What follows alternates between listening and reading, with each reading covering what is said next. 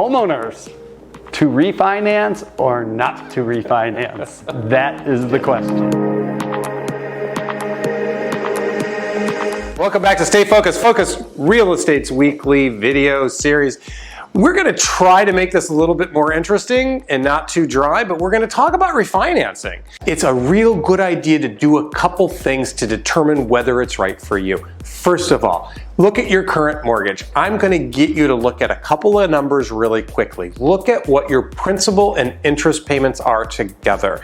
If you have a mortgage right now that you are escrowing insurance and taxes, remove your insurance and taxes, and every one of your statements will have that number on it for you. Just the principal and interest. So grab that.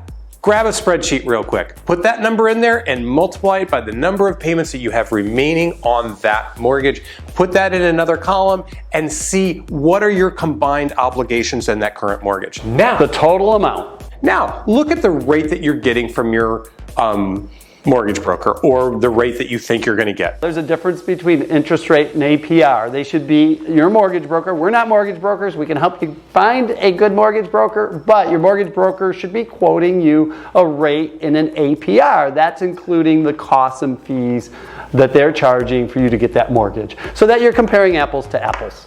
You can jump online, grab a mortgage calculator anywhere along the way, calculate out or just drop your numbers in, how much your principal that you're borrowing, what that new interest rate is, and find out what your new payment is. Now multiply that out. Look at those numbers and compare those numbers. It's just math. Right? It's just simple math, but math you should be aware of, right? So you might actually find that you've been paying on that mortgage that you have borrowed at 4% for 6-7 years. You have already paid. A good portion of the interest is already paid off. So it may not be worth it. It may not be worth it for you to refinance at that lower rate. Calculate those numbers out and see what works for you.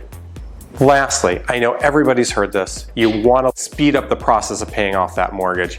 As always, nothing changes with math. It's always a really good idea to make an extra payment a year if you can fit that in your budget. And that payment you make a year doesn't need to include your taxes and insurance, right? And there's no pre-penalty for most mortgages to do that. Yeah, so think about adding that number to your mortgage payment a year. It will get you out of paying a ton of interest, speed up the payoff process, and in the long run get you to that payoff sooner. So if you have questions on should you refinance or not, give us a call. We can help you out.